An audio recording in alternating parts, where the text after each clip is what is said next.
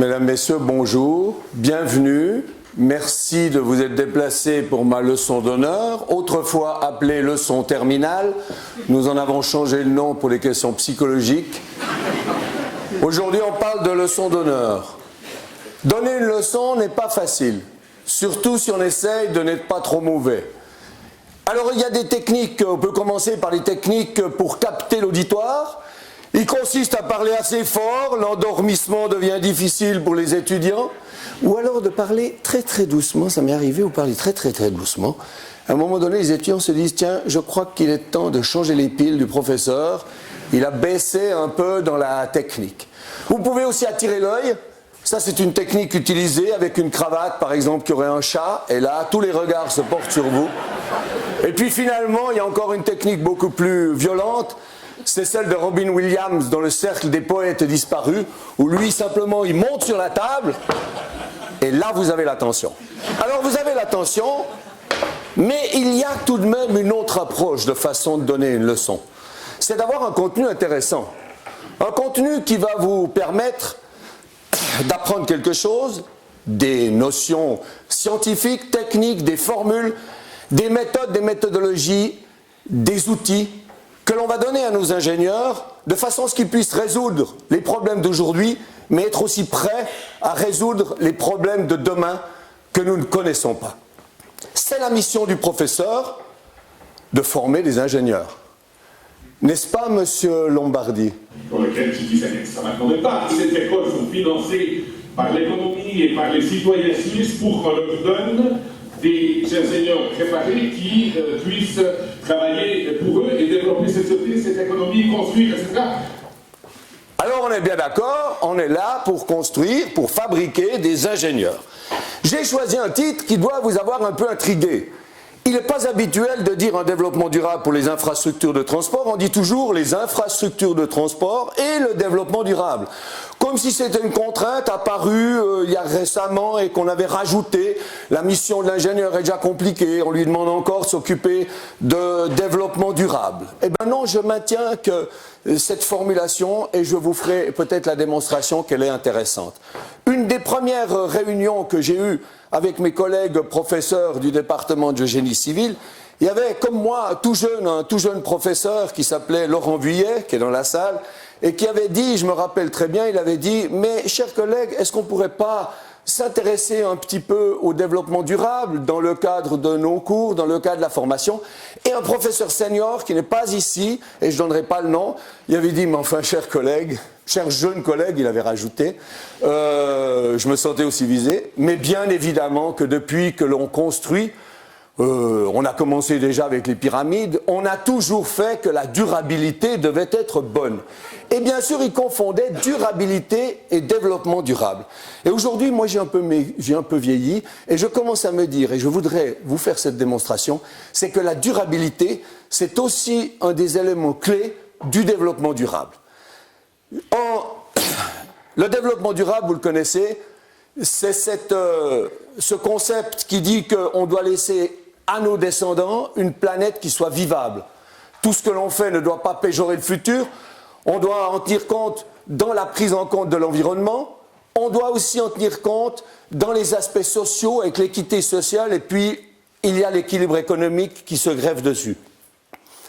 Ces trois paramètres ensemble vont former le développement durable. Pour les infrastructures, si l'on va plus précisément dans le corps du métier, j'ai mis ici quelques-uns des aspects que les infrastructures, je dirais, perturbent ou impactent. Le paysage, le bruit, l'énergie, la sécurité, les matériaux, les polluants, etc. Il reste pas mal d'autres thèmes que je ne mets pas ici. Et je voudrais vous approfondir peut-être, vous faire des éclairages sur 4 d'entre eux qui ont été traités pendant les 25 années où j'ai dirigé le laboratoire des voies de circulation. On a travaillé sur ces 4 thèmes dans la recherche, dans les études, et on a repris ce que l'on a appris pour le glisser dans l'enseignement et former des ingénieurs, et j'espère aujourd'hui, il y en a peut-être ici, des ingénieurs qui savent ce qu'est le développement durable et qui, dès le projet, dès la conception, se mettent à la recherche d'éléments du développement durable dans le projet. Alors regardons peut-être en détail à travers des éléments de chez nous, Si je commence avec le bruit, eh bien, on a participé au développement des revêtements phonoabsorbants. Attention, nous n'avons pas inventé le phonoabsorbant, et là je dois rendre hommage aux entreprises, et en particulier à des entreprises françaises qui ont été les premiers, routières, et qui ont été les premiers à vraiment lancer, je dirais, ces nouveaux matériaux qui ont la particularité que lorsque le pneu va compacter, va comprimer l'air devant lui, cet air va pouvoir se diffuser et ne pas se mettre en pression-dépression, qui est le générateur principal du bruit de roulement. Donc avec cette technique de revêtement phonoabsorbant, nous on a travaillé sur l'optimisation, et un jour quand on m'a dit on peut facilement absorber 9 décibels, vous pensez bien que j'ai rigolé, sachant qu'une paroi anti-bruit ne peut absorber que 10 décibels. Eh bien, il faut admettre, c'est vrai, ces matériaux sont assez formidables. La ville de Genève, par exemple, on a bientôt 100 km parce qu'ils ont amélioré la qualité de vie des riverains. Je vous montre ici à l'entrée de Morges, et vous écouterez, les voitures arrivent sur un revêtement traditionnel et passent sur un revêtement, ici, le phonoabsorbant.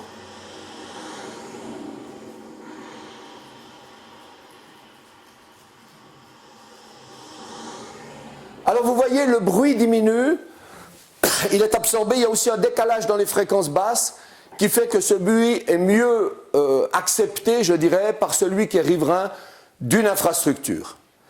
Si je passe maintenant à l'énergie, là aussi ça a été un thème intéressant. L'énergie, c'est aussi la sortie de toute une série de nouveaux matériaux qui sont dans la catégorie des revêtements dans les mélanges à froid, bien sûr, mais les tièdes, les semi-tièdes, et par rapport aux revêtements à chaud, qui se font entre 150 et 180 degrés, et qui vont consommer jusqu'à 7-8 litres de fuel par tonne à la production, eh bien on peut réduire de 20 à 30% cette consommation d'énergie en restant dans des gammes de température de 90 à 120, 130. Attention, ce n'est pas anodin, il faut utiliser soit des additifs, soit des injections d'eau, soit des techniques particulières. Et ce qui nous inquiète, ce qui nous intriguait et ce qui a été traité dans la thèse de Nicolas Busch, c'est de dire, mais oui, on a un bilan écologique très favorable sur certaines de ces techniques, mais derrière, est-ce que les performances sont là? Et dans l'approche globale qu'il a fait dans sa thèse, on voit qu'effectivement, les termes sont assez proches, mais vous avez par exemple des matériaux qui sont excellents dans les émissions de gaz à effet de serre et de CO2, etc. Ils sont bons en énergie, mais au niveau des performances, ils sont moins bons.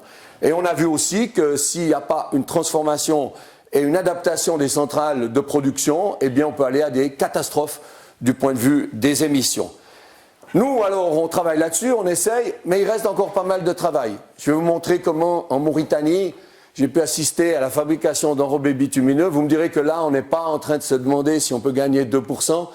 Le gain est plus important que ça. Déjà, les matériaux qu'ils utilisent, vous voyez. Et puis, la centrale n'est pas très moderne. Et elle produit quand même pas mal de fumée. La fluidité du trafic va contribuer, elle aussi, au développement durable et à l'écologie. Pourquoi? Vous réduisez la congestion, c'est-à-dire qu'il n'y a plus de stop and go, les voitures ne s'arrêtent pas et redémarrent. Ce sont des phases où elles consomment beaucoup d'énergie. Elles vont rester au ralenti sur cette route. Et globalement, la consommation de carburant est élevée et la production de polluants est élevée aussi. Donc la fluidité du trafic va contribuer dans cette amélioration, je dirais, de l'environnement. Ici, une photo de l'utilisation de la bande d'arrêt d'urgence entre Morges et Cublan. C'est un projet, et la réalisation de ce projet a été menée par le bureau RGR. On a des représentants ici, en particulier Patrick Maillard. Et avec eux, nous, on s'est attaché à vérifier quelle est l'efficacité de ce système. Est-ce que les investissements sont favorables et il y a un retour sur investissement? Eh bien, je peux vous dire que tous les indicateurs montrent que si on a un gain sur les accidents, mais qui n'est pas très important, on a un gain sur les temps de parcours qui est très important, on a un gain sur la production de fuel, et surtout, bien évidemment, il ne faut pas l'oublier, quand il y a un gain sur les temps de parcours, eh bien, ce sont des gens qui, généralement, ont un salaire, vont au travail, ce sont des heures que l'on peut comptabiliser comme des heures perdues que vous auriez dans votre travail. Enfin, je pense, parce qu'à l'école, on n'en a pas, mais je crois que des fois, dans le travail, il y a des gens qui ont des heures perdues, ils ne savent pas comment les facturer. Eh bien, là, vous récupérez le maximum. A été mis en place toute une structure, donc ça, c'est le projet RGR, et nous, on a regardé la façon dont s'insèrent les véhicules, la façon dont évoluent les vitesses, la façon dont évoluent les débits, etc. Et pour avoir une très bonne comparaison, on a eu beaucoup de chance. Un jour, une voiture a pulvérisé le boîtier de commande qui était au bord de l'autoroute. Et ce qui se fait que pendant une semaine, il n'y avait pas de système à 3 voies, il n'y avait que 2 voies. Alors pour nous, c'est vraiment du beurre parce que ça nous a permis de voir que quand le système ne fonctionne pas, la semaine où il ne fonctionne pas, les vitesses chutent, les congestions sont importantes, des gens mettent beaucoup de temps à passer ces quelques kilomètres le matin et le soir, ici, en direction de Genève. On avait mené déjà 2 thèses de doctorat, celle d'Emmanuel Baird et celle d'Alexandre Tordet, sur la technique et la fluidité du trafic et la modélisation du trafic. Et puis, Sofia Samoili a fait sa thèse complémentaire aussi sur cette thématique. Maintenant, la question, c'est qu'on peut encore gagner en termes de développement durable sur le rail, sur l'entretien de la voie ferrée. On a collaboré là avec la société Matisa qui est à Bussigny, ici à quelques kilomètres, sur un projet CTI qui consistait à se dire mais ne pouvons-nous pas améliorer les performances de la gestion de l'entretien des machines d'entretien du chemin de fer.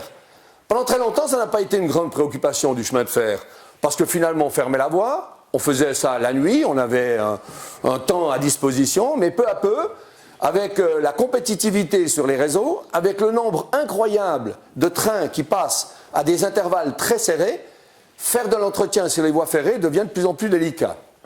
Ça, c'est un prototype qu'on a monté dans notre halle d'essai, avec ici les pioches de ce qu'on appelle le bourrage. Les pioches descendent, ramènent le ballast sous les traverses, et cette machine a permis de voir l'efficacité déjà des machines existantes, je dirais, chez notre partenaire Matisa, mais ça nous permet de développer une nouvelle machine, et une machine qui, elle, va derrière ce processus, elle va directement faire ce qu'on appelle le damage, c'est-à-dire des plaques s'appliquent sur le ballast et permettent de remettre en place ce ballast.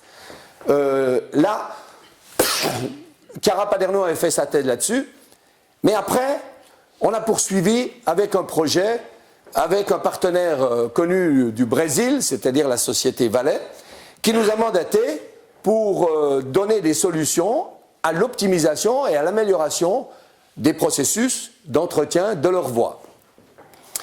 On s'est déplacé avec mon collègue Eugène Bruviller et nous avons collaboré avec la professeure Liedi de Sao Paulo qui a fait le voyage chez nous exprès. Merci beaucoup d'être là.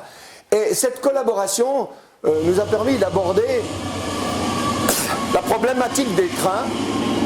Ce sont des trains qui ne transportent que du minerai de fer. On va mettre le train de côté pour qu'il continue de passer. On va transporter du minerai de fer en grande quantité. Les trains apportent bien sûr des charges formidables. Chez nous, on a 22 tonnes d'essieux. Eux, ils sont à 32 et ils disent, bon, soyons pas mesquins, on va peut-être monter à 37,5. Oui, on peut continuer de monter les charges d'essieux. Alors Eugène regarde un peu les ponts, il voit qu'il y a un peu des fissures. Nous, on regarde le ballast. On voit aussi qu'il manque pas mal de petits éléments sur la voie.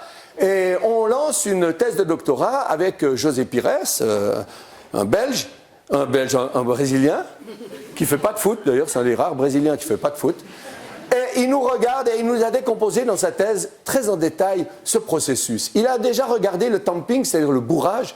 Il a regardé tout ce qui était sur le renouvellement de ballast et il a regardé tous les frais qui étaient sur le polissage, la rectification des voies. Et quand il a regroupé tout ça et qu'il a fait des stratégies, devons-nous faire de l'entretien préventif, c'est-à-dire avant le problème, ou curatif quand on a le problème, après le problème, il est arrivé à des conclusions qu'on s'attendait mais qu'on ne s'attendait pas à être aussi puissantes. C'est-à-dire que 1%, c'est le coût des travaux dans la globalité de l'entretien sur un cycle de vie de 50 ans. 1% et 99%, c'est la gêne au trafic, c'est la gêne parce que les trains doivent s'arrêter, parce que les trains ont régulièrement des soucis. Voilà, généralement dans une leçon, à un moment donné, vous devez, c'est les pédagogues qui disent ça, vous devez poser une question pour voir si ça faites comme ça parce que tout le monde n'est pas peut-être attentif. Je vais vous poser une question. Il y a combien de wagons? Quelqu'un sait? Ah, je sais ce que vous allez me dire, mais... Oui, vous l'avez vu maintenant. Eh bien, vous voyez, vous n'étiez pas attentif. Il y en a 167, ils font tous 20 mètres, ça veut dire que le train, là, fait plus de 3 km. Et quand on a discuté avec les gens, les gestionnaires au Brésil, hein, c'était très intéressant, il y en a un qui nous a dit, vous savez, on a bien réfléchi, hein, mais au-dessus de 300 wagons, on n'arrive pas. Ça fait 6 km de train, on n'arrive pas, parce qu'après, on ne sait pas comment gérer. Et là, José, je pense, a apporté un peu des réponses, des éclairages un peu nouveaux sur la gestion de l'entretien des voies ferrées. La sécurité. Et pour la sécurité, on va sauver deux types d'êtres, l'homme et l'animal. En 2000, le directeur de l'époque des routes, Olivier Michaud, qui malheureusement ne peut pas être vers nous, lançait l'idée de la vision zéro. On a dû se battre, certains, pour dire qu'une vision zéro n'est pas une vision nulle. Et il disait finalement, si on veut qu'on diminue les morts, les blessés et les accidents, il faut viser 0 mort, 0 blessé, 0 accident. Et il disait, mais soyons un peu modestes, en 2010, on sera au-dessous de 300. Ça nous a bien fait rire, on est à 250, on était à 200, à 310 à peu près en 2010, donc finalement il avait raison, il y avait un potentiel d'économie, etc. Je n'ouvre pas un débat sur Via Sicura, passons à autre chose. Et cette sécurité, elle est très importante, parce qu'on doit sauver effectivement ces êtres humains sur la planète, et on a pour ça toute une série de méthodes. Si je commence de regarder, le premier c'est l'animal. Vous voyez que cette photo existe depuis longtemps, je ne sais pas qui l'a prise, mais effectivement la situation de l'animal est délicate. Et quand devant le trafic traverse le chevreuil, le renard, le lièvre, l'ornithorynque, eh bien il y a effectivement des problèmes et il risque sa vie tous les jours. Alors, on a travaillé sur un projet faune trafic, et là aussi il y avait... ça rejoint un peu la thèse de Michael T. Et sur les passages à faune, ici celui de Rochefort-Brotsou, il y a eu une grande réflexion. On avait mis autour de la table, il y avait Michel Tripet aussi, on avait mis autour de la table des biologistes et des ingénieurs civils. Les premières réunions étaient un peu houleuses. Après, on s'est un peu entendu. Et finalement, ça a débouché sur une méthodologie, parce qu'à l'époque, les écologistes purs préconisaient des couvertures de 200 mètres sur autoroute pour faire passer la faune. Un Suisse allemand avait dit une fois, je ne sais pas en Suisse romande quelle est la largeur des chevreuils, mais ils font des panneaux, des passages de 200 mètres, ça doit être de la belle viande. Eh bien, ces passages, ça aboutit à une méthodologie qui est appliquée dans les normes VSS, qui consiste à dire, dans un passage, on fait un relevé des passages que l'on voit d'animaux comme le renard, le lièvre, le sanglier, le chevreuil, et on voit ceux qui sont empêchés dans leur mouvement. Et ici, on a l'endroit exact où il faut placer le passage à faune qui va permettre ce passage. On ne sait pas simplement parce que, disons, l'animal aurait droit à des vacances, mais il y a des problèmes de consanguinité, de déplacement, il y a des migrations. Donc, ces passages à faune ont une fonction. Et ce que l'on a fait, je crois, a permis de ramener un peu le débat dans un débat un peu plus serein. Et c'est triste, mais parlons quand même de l'homme. On se doit de préserver l'homme. Et là, c'est toujours le même débat. Oui, mais cet arbre était là avant l'homme. C'est pas vrai, on l'a mis au bord de la route. Moi, j'ai préconisé durant toute ma carrière, couper ces arbres. Ces arbres n'ont rien à faire là. Mettez-en 5 au bord de la forêt, que je dis, qui puissent discuter avec leurs copains, mais ne laissez pas des arbres comme ça au bord de la forêt, au bord de la route. Alors on peut bien me dire, mais oui, mais il y a des arbres qui ont un patrimoine historique époustouflant. Goethe a écrit des poèmes sous cet arbre, Newton était justement là, sous le pommier, quand la pomme est tombée.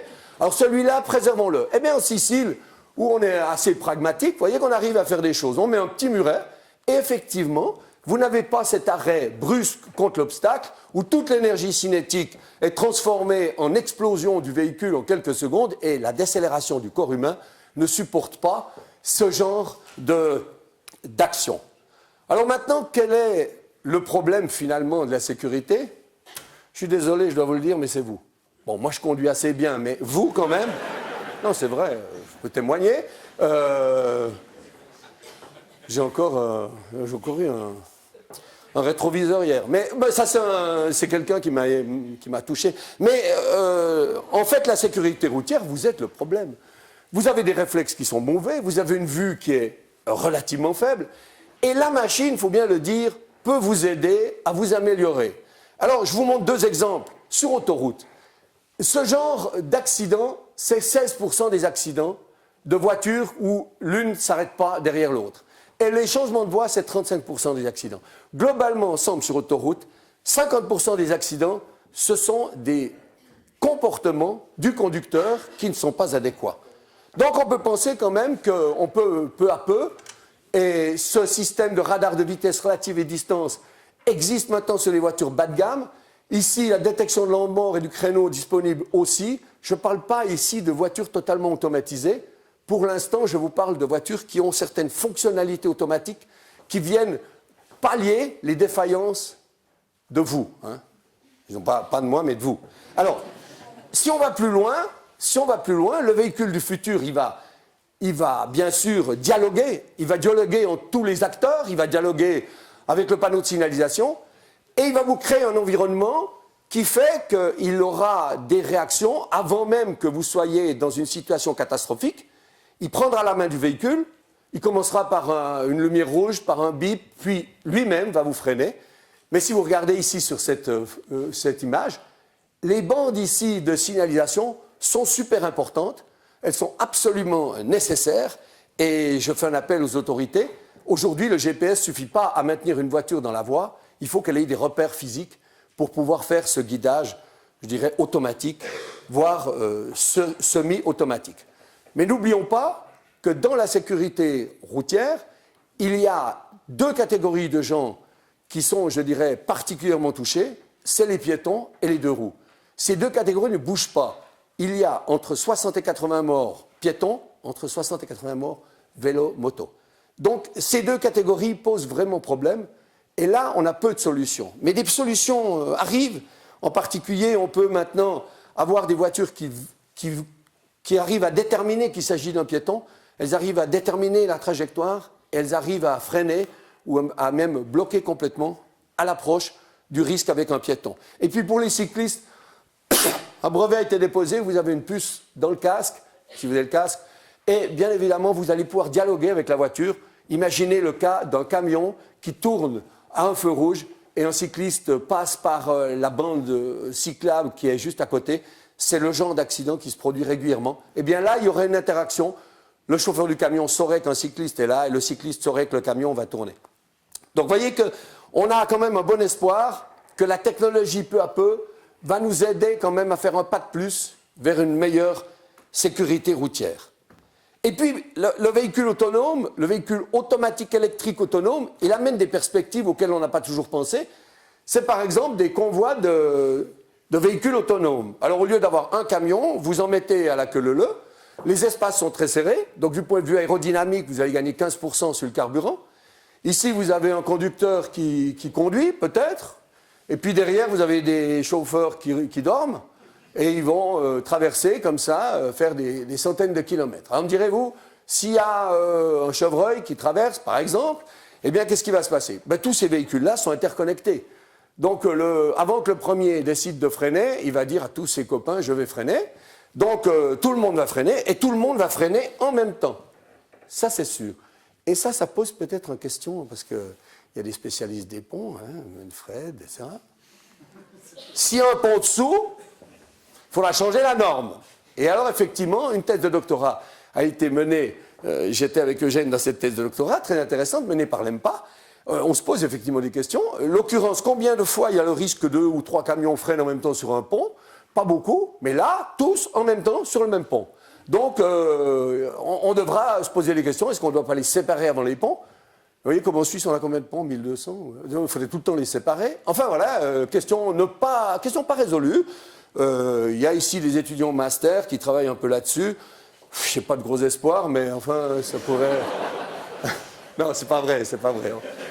Non, ce sont de très bons étudiants. Non, ils sont là, il y en a 4. Ce sont de très bons étudiants, simplement, ils ne sont pas très respectueux de la hiérarchie. Ça, c'est peut-être un défaut que vous apprendrez dans la vie professionnelle, parce qu'on allait faire du karting, et imaginez bien, je pensais quand même gagner. Bon. Passons là-dessus. Le dernier point que je voudrais, du point de vue du développement durable, c'est les matériaux. Parce qu'en fait, nos routes sont le plus gros stock de matériaux de route.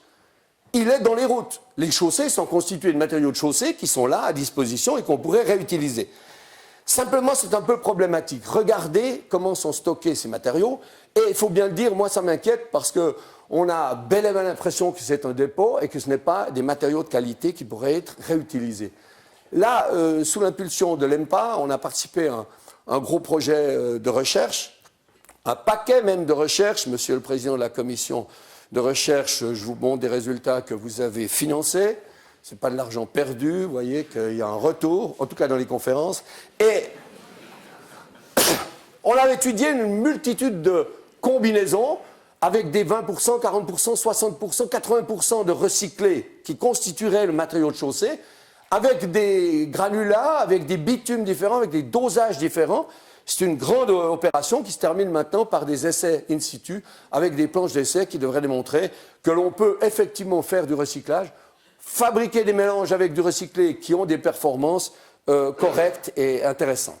Là, dessus, a travaillé il y a très longtemps Thierry Pucci et puis Sarah Bressi, qui est reparti dans son Italie natale et qui nous avait... Je voulais quand même vous mettre au moins une fois une équation, parce que sinon vous allez encore raconter qu'il n'y a que du blabla. Alors allez, il y a une équation, et cette équation elle est importante parce qu'elle va vous donner directement quelle est la quantité de bitume que vous devez rajouter dans un mélange. Quand vous mettez du mélange qui a déjà une partie de bitume mais qui est vieilli, eh bien elle vous donne la clé, quelle est la valeur volumique de nouveau bitume que l'on doit mettre à l'intérieur du mélange. Mais maintenant, vous me direz, dans le développement durable, il y a le développement du climat. Et le climat, est-ce qu'on en prend vraiment en compte, le climat? Ici, dans la thèse de Patrick Richon, on a ici, vous le voyez, des courbes d'évolution de l'indice de gel au cours du mois de novembre à mai. Et vous voyez que ces indices montrent qu'on a aujourd'hui, en période de référence, des indices de 880 degrés jours, c'est des degrés multipliés par le nombre de jours, et qu'on pourrait, à terme, relativement dans 20-25 ans, avoir plus que 550. Ça veut dire que dans le dimensionnement des chaussées, on va prendre exactement en compte ces effets du climat. Je voudrais faire là, ça c'est aussi recommandé par les pédagogues, de temps en temps il faut faire un exercice. Alors je voulais faire là un exercice. Donnez-moi le nom d'un petit village. La Brévine. Hein? La Brévine. Par exemple, la Brévine. Alors, la Brévine, si vous voulez la route des Taillères, oh bah oui, la route de la Brévine au Bayard, on lui dit les Taillères. Ça, c'est un beau coin, bien habité. Alors, le trafic, c'est du T2, c'est un trafic très faible. Il y a peu de poids lourds. Et puis, on est en S3, c'est un sol qui a une portance relativement élevée. Si on regarde les climats, Michel Disley, qui a fait sa thèse de doctorat ici, qui est le grand spécialiste du gel, détecté à l'époque qu'il y avait 798 degrés jour, si on considérait la période 66-90, et quand nous, on a fait les calculs récents, 84-2014, on est déjà à 655. Donc vous voyez que l'agressivité du gel a déjà énormément diminué avec le changement climatique. C'est donc qu'on va quand même dans le bon sens, mais alors profitons-en. Profitons-en de cet effet favorable. L'ensoleillement, bien sûr, je ne vous le dis pas, il est formidable. Donc on va faire un rayonnement de sang et on va, avec ça, faire un exercice. Je vais demander à Marc-Antoine Fénard et Bastien Schobinger, mes deux assistants, de faire le calcul. 3, 2, 1. C'est fini? OK. Vous m'affichez les résultats. Oui, on est assez rapide dans les calculs. Les ingénieurs civils sont toujours très, très rapides. Si je regarde le dimensionnement à la portance, on a peu de charge. Donc finalement, un sol qui est bon et peu de charge, 10 cm de béton bitumineux sur 20 cm de grave, ça suffit. Mais le gel va s'en mêler. Et si on prend les données du docteur Disley, on arrive à une couche qui ferait 93 cm, globalement. C'est donc énorme. Et si on regarde les dernières données climatiques, qui sont déjà un peu influencées par le changement de température, on est à moins 71. Donc déjà, là, il y a 22 cm de gain, et je pense qu'il faut lancer l'opération et lancer l'idée dans les bureaux d'études, refaites le dimensionnement renforcement, avec des données très réalistes et très récentes sur la problématique du gel, parce qu'effectivement, ça a changé et ça change très rapidement. J'en arrive tout doucement aux conclusions.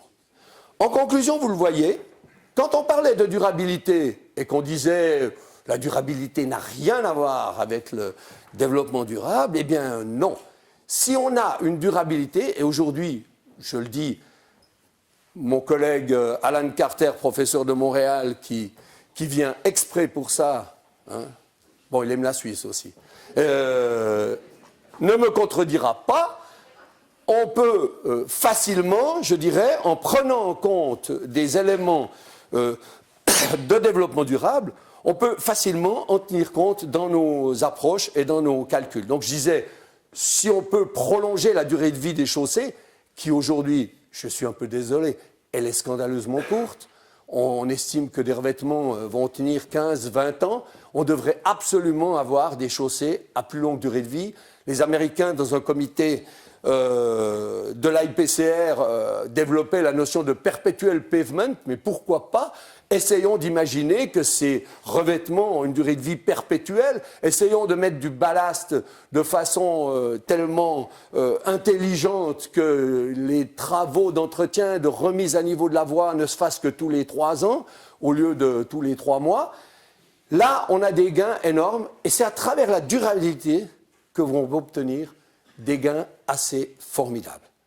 Le développement durable, je voulais le dire, est un défi pour les infrastructures de transport, qu'elles soient plus acceptables et mieux acceptées. Je vous remercie de votre attention. Si